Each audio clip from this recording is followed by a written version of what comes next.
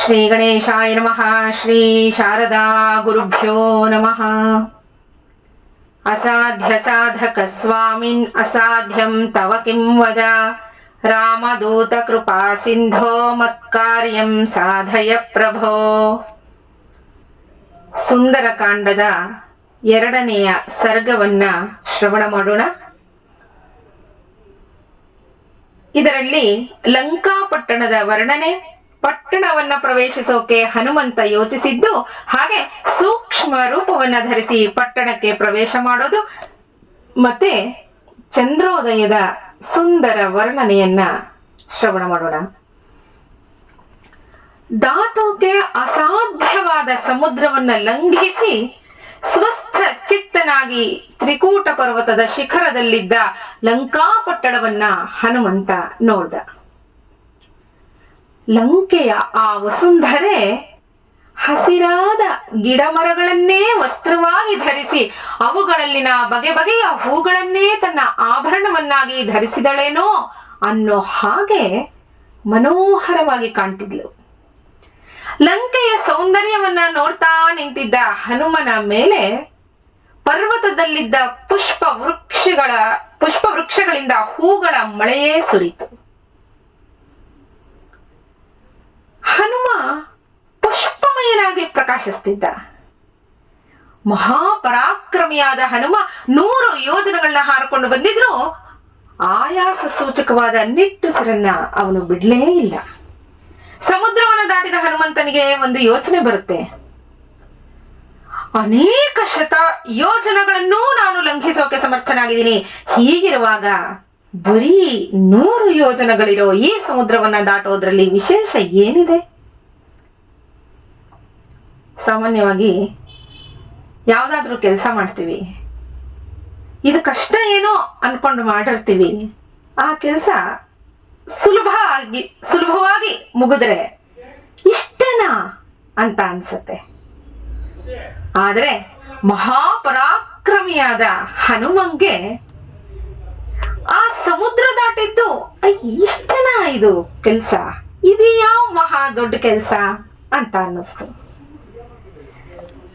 ಹನುಮಂತ ತನ್ನನ್ನ ತಾನು ಮುಂದಿನ ಕೆಲಸಕ್ಕೆ ಮಾನಸಿಕವಾಗಿ ಸಿದ್ಧ ಮಾಡಿಕೊಂಡ. ಹೇಗೆ ಅಂದ್ರೆ, ಇಷ್ಟು ಚಿಕ್ಕದಾದ ಸಮುದ್ರ ದಾಟಿದೀನಿ, ಇನ್ನೀ ಲಂಕೆನ ಪ್ರವೇಶ ಮಾಡೋದು ಯಾವ ಮಹಾ ದೊಡ್ಡ ಕೆಲಸ. ಇನ್ನು ಎಷ್ಟು 100 ಯೋಜನೆಗಳು ಇದ್ರೂ ಅಂಥ ಸಮುದ್ರವನ್ನು ನಾನು ಲಂಘಿಸೋಕೆ ನನ್ನ ಸಮರ್ಥನಾಗಿದ್ದೀನಿ. ಈ ಲಂಕೆ ಯಾವ ಮಹಾ ನನಗೆ ಅಂತ ಮಾನಸಿಕವಾಗಿ ತನ್ನನ್ನ ಸಿದ್ಧ ಮಾಡ್ಕೋತಾನೆ.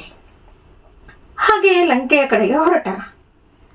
ಅವನು ನಡೆದು ಹೋಗ್ತಿದ್ದ ವನ ಪ್ರದೇಶ ಹಚ್ಚ ಹಸಿರಾದ ಗರಿಕೆಯ ಹುಲ್ಲಿನಿಂದ ತುಂಬಿತ್ತು. ಆ ವನದಲ್ಲಿ ಎಷ್ಟೊಂದು ವಿಶಿಷ್ಟವಾದ ವೃಕ್ಷಗಳಿದ್ವು. ಬಹಳ ಸುಂದರವಾದ ಸುಗಂಧ ಭರಿತವಾದ ವನ ಅದು.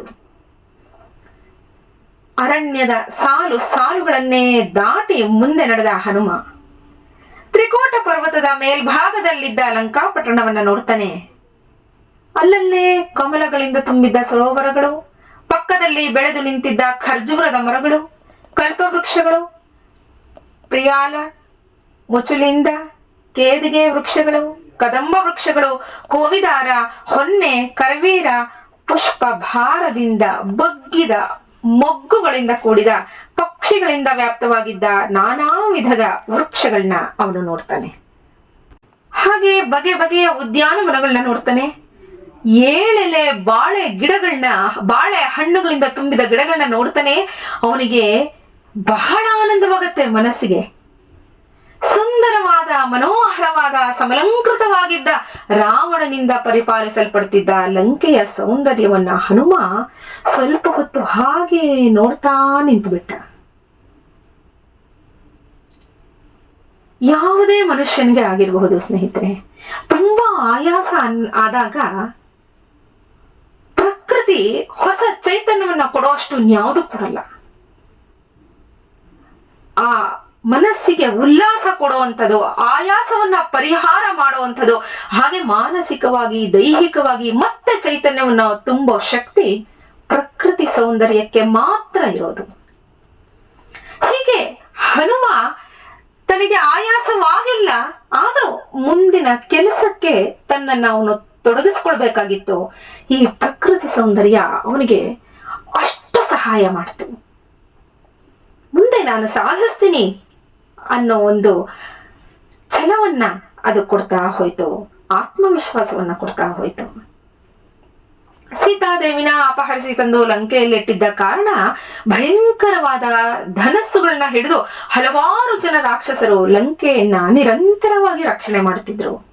ಯಾವಾಗ ರಾಮ ಬರ್ತಾನೋ, ಯಾರು ರಾಮನ ಕಡೆಯವರು ಯಾರು ಬರ್ತಾರೋ ಸೀತೆಯನ್ನ ಕರ್ಕೊಂಡು ಹೊಟ್ಟೋದ್ರೆ, ಅದಕ್ಕೆ ನಾವೇನ್ ಹೇಳ್ತೀವಿ ಟೈಟ್ ಸೆಕ್ಯೂರಿಟಿ ಅಂತ, ಹಾಗೆ ಅಲ್ಲಲ್ಲೇ ದೊಡ್ಡ ದೊಡ್ಡ ಆಯುಧಗಳನ್ನ ಹಿಡಿದು ಎಷ್ಟೊಂದು ಜನ ಕಾಯ್ತಾ ಇದ್ರು ಲಂಕೆಯನ್ನ. ಆ ಮಹಾಪುರಿಯಾದ ಲಂಕೆಯಲ್ಲಿ ಸುವರ್ಣಮಯವಾದ ಅತಿ ದೊಡ್ಡ ದೊಡ್ಡ ಸೌಧಗಳನ್ನ, ಅರಮನೆಗಳನ್ನ ನೋಡ್ತಾನೆ. ಉದ್ದುದ್ದವಾದ ರಾಜ ಬೀದಿಗಳಿದ್ವು, ನೂರಾರು ಉಪ್ಪರಿಗೆ ಮನೆಗಳ ಮೇಲೆ ಧ್ವಜ ಪತಾಕೆಗಳು ಹಾರಾಡ್ತಿದ್ವು. ದಿವ್ಯವಾದ ತೋರಣಗಳಿಂದ ಮನೆಗಳು ಅಲಂಕೃತವಾಗಿತ್ತು.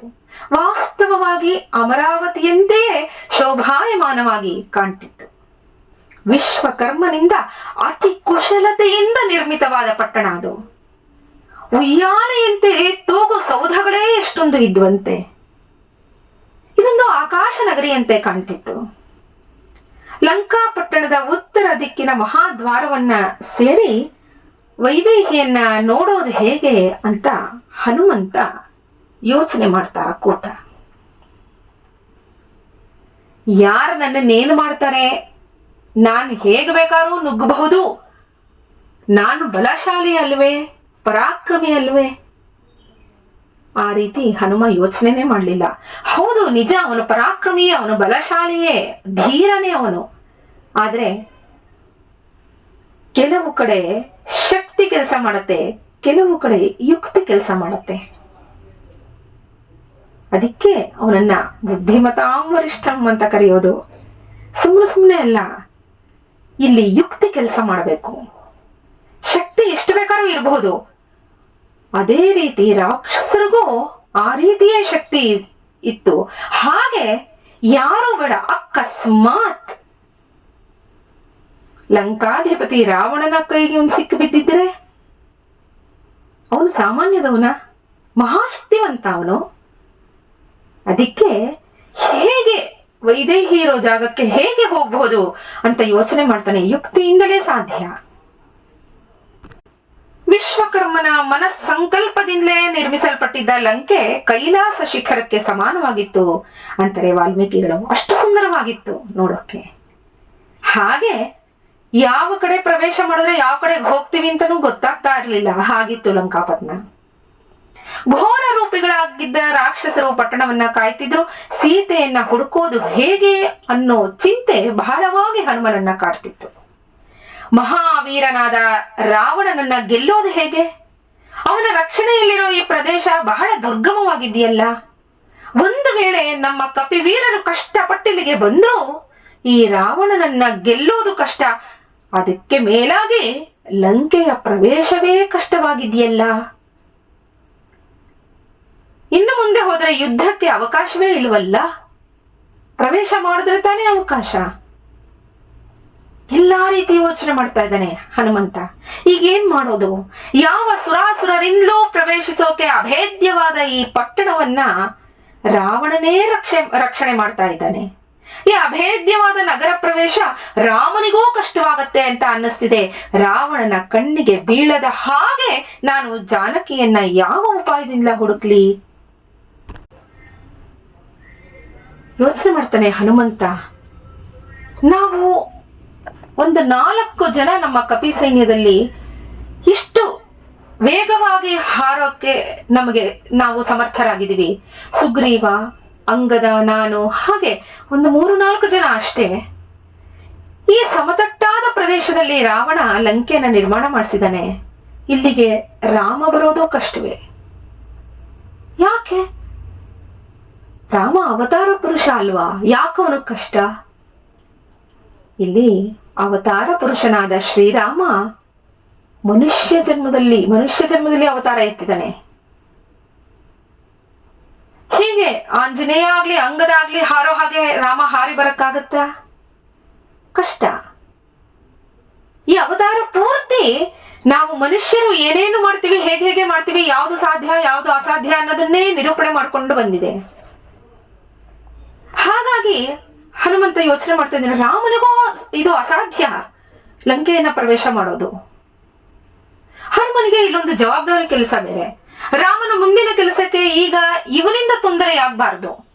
ಯಾಕೆಂದ್ರೆ ಇವನ್ ಏನೋ ಮಾಡಕ್ ಹೋಗಿ ನಾನು ಏನ್ ಬೇಕಾದ್ರೂ ಮಾಡ್ತೀನಿ ಅಂತ ಇವನು ಹೋಗೋ ಹಾಗಿಲ್ಲ, ಎಲ್ಲೆಲ್ಲೋ ನುಗ್ಗೋ ಹಾಗಿಲ್ಲ, ನಾನು ಸೀತೆನ ಹುಡುಕ್ತೀನಿ ಅಂತ ಬಹಳ ಬುದ್ಧಿಯಿಂದ ಇವನು ಆ ಕಾರ್ಯವನ್ನ ಸಾಧಿಸ್ಬೇಕಾಗಿದೆ. ಅಂದ್ಕೋತಾನೆ, ನಾನೇ ಹೋಗಿ ನನ್ನ ಕೆಲಸ ಮಾಡ್ಕೋತಿದ್ದೆ, ದೂತನನ್ನ ನಂಬಿ ಕೆಲಸ ಕೆಡ್ತು ಅಂತ ರಾಮ ಪಶ್ಚಾತ್ತಾಪ ಪಡೋ ಹಾಗಾಗ್ಬಾರ್ದಲ್ಲ ನನ್ನ ನಂಬ್ಕೊಂಡು. ಬಹಳ ಯೋಚನೆ ಮಾಡ್ತಾನೆ ಹನುಮ. ಅಷ್ಟು ದೊಡ್ಡ ಸಮುದ್ರವನ್ನ ದಾಟಿ ಬಂದಿದ್ದು ವ್ಯರ್ಥವಾಗ್ಬಾರ್ದು ಅಲ್ವಾ? ಅದಕ್ಕೋಸ್ಕರ ಅತಿ ಚಿಕ್ಕ ಕಪಿ ರೂಪವನ್ನ ಹೊಂದಿ ಲಂಕೆಯನ್ನ ಪ್ರವೇಶ ಮಾಡ್ತೀನಿ ಅಂತ ಸೂರ್ಯಾಸ್ತವಾಗೋದನ್ನೇ ಕಾಯ್ತಾ ಕೂತಿದ್ದ. ವೃಷದಂಶಕ ಅಂತ ಹೇಳ್ತಾರೆ, ಬೆಕ್ಕಿನಷ್ಟು ಗಾತ್ರದವನಾಗಿ ಕಾಯ್ತಾ ಕೂತ. ಆ ದೊಡ್ಡದಾಗಿ ಬೆಳೆದ ಆ ಶರೀರದಿಂದ ಅವನು ಅಲ್ಲಿ ಪ್ರವೇಶ ಮಾಡಕ್ ಹೋಗಿದ್ರೆ ಎಲ್ಲರ ಕಣ್ಗೂ ಬೀಳ್ತಿದ್ದ, ಸಿಕ್ಕು ಬೀಳ್ತಿದ್ದ ಹನುಮಂತ. ಅದಕ್ಕೆ ಬೆಕ್ಕಿನ ಗಾತ್ರದಷ್ಟು ಮಾತ್ರ ತನ್ನ ಶರೀರವನ್ನ ಇಳಿಸ್ಕೊಂಡ. ಸೂರ್ಯ ನಿಧಾನವಾಗಿ ಮುಳುಗ್ತಾ ಬಂದ. ಮಾರುತಿಯ ಮನಸ್ಸಿನಲ್ಲಿ ಜಾನಕಿಯ ಹುಡುಕಾಟದ ಹಂಬಲ ಹೆಚ್ಚಾಯಿತು. ಕಾಯ್ತಾ ಕೂತ ಸೂರ್ಯ ಮುಳುಗೋದನ್ನ, ಯಾರ ಕಣ್ಗೂ ಬೀಳಬಾರದಲ್ಲ. ಪ್ರದೋಷ ಕಾಲವಾಗ್ತಲೇ ಹನುಮ ಶೀಘ್ರವಾಗಿ ಮೇಲಕ್ಕೆ ಹಾರಿ ರಾಜ ಮಾರ್ಗಗಳುಳ್ಳ ಲಂಕೆಯನ್ನ ಪ್ರವೇಶ ಮಾಡ್ತಾನೆ. ಲಂಕೆಯಲ್ಲಿ ಪ್ರಾಸಾದಗಳು ಸಾಲು ಸಾಲಾಗಿದ್ವು. ಗಂಧರ್ವ ನಗರಿಯಂತೆ ಅದು ಕಾಣ್ತಿತ್ತು. ಅಲ್ಲಿನ ಮಹಾಸೌಧಗಳ ಹೊರಾಂಗಣಗಳು ಸ್ಫಟಿಕದ ಮಣಿಗಳಿಂದಲೂ ಚಿನ್ನದಿಂದಲೂ ವ್ಯಾಪ್ತವಾಗಿದ್ದು ಮುತ್ತಿನ ಜಾಲರಿಗಳಿಂದ ಭೂಷಿತವಾಗಿದ್ವು. ಹನುಮಂತನ ಊಹೆಗೂ ಮೀರಿ ಆ ಲಂಕಾ ಪಟ್ಟಣ ಅಷ್ಟು ಬಹಳ ಸುಂದರವಾಗಿತ್ತು. ಅನೇಕ ಸಹಸ್ರ ರಶ್ಮಿಗಳಿಂದ ಯುಕ್ತನಾದ ಚಂದ್ರ ಹನುಮಂತನಿಗೆ ಸಹಾಯ ಮಾಡೋ ಇಚ್ಛೆಯಿಂದ ಎಲ್ಲೆಡೆಯೂ ಬೆಳದಿಂಗಳನ್ನ ಹೊರಚೆಲ್ತಾ ಉದಯಿಸಿದ. ಸರೋವರದಲ್ಲಿ ಹಂಸ ಪಕ್ಷಿ ತೇಲಿಕೊಂಡು ಹೋಗೋ ಹಾಗೆ ನಿರ್ಮಲವಾದ ಆಕಾಶದಲ್ಲಿ ಚಂದ್ರ ತೇಲಿ ಹೋಗ್ತಿದ್ದ. ಯಾಕೆ ಅಂದ್ರೆ ಹನುಮ ಎಲ್ಲೆಲ್ಲಿ ನಡೆದು ಹೋಗ್ತಿದ್ನೋ ಅಲ್ಲೆಲ್ಲ ಚಂದ್ರ ಹೋಗ್ತಿದ್ದ ಅಂತಾರೆ.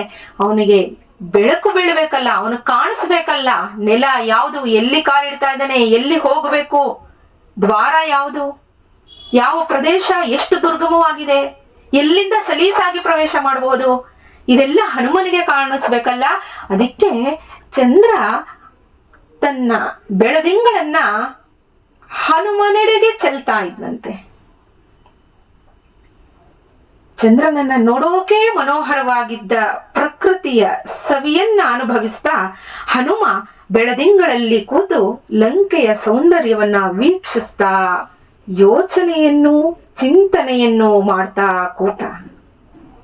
ಇಲ್ಲಿಗೆ 2ನೆಯ ಸರ್ಗ ಸುಸಂಪನ್ನವಾಯಿತು.